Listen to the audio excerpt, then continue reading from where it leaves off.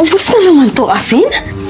Ha? Kay Joella, ikaw ba yung umuubos ng asin, ha? Pero madalas ko pong nakikita si Ate Ara na nagigising tuwing madaling araw. Baka siya po yung kumukuha ng asin. Ipagsabihan mo yung ate mo na mong akala niya. Huwag niyo na uulitin to, ha? Kasi anong gagawin ko naman sa asin, diba? Gisingin mo yung ate mo. Pagsabihan mo. Ay, thank you, secret admirer. Joella, nasaan ate mo? Ayun ho, nakita ko pumasok na. Bakit ho?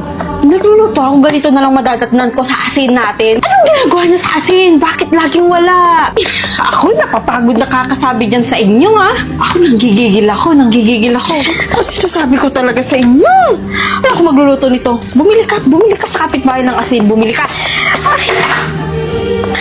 Ikaw ba'y walang napapansin dyan sa ate mo, ha? Hindi na siya nakikibanding sa atin. Madalas, madaling araw gising. Ha?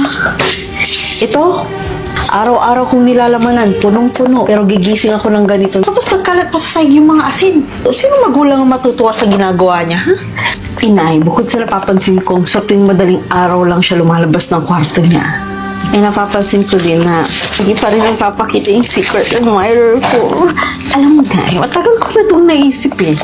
What if palitan natin ng asukal yung asin? Sa tingin ko, doon natin malalaman. Kapag nagalit na siya o nagtakal na siya, doon natin tanungin kung ano ginagawa niya sa asin. Talino kong bata ka ah. Kailangan mabilisan, Nak. Sandali ko. Ito na.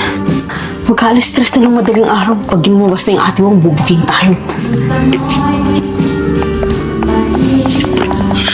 Silan mo. Pwede na si Carlo.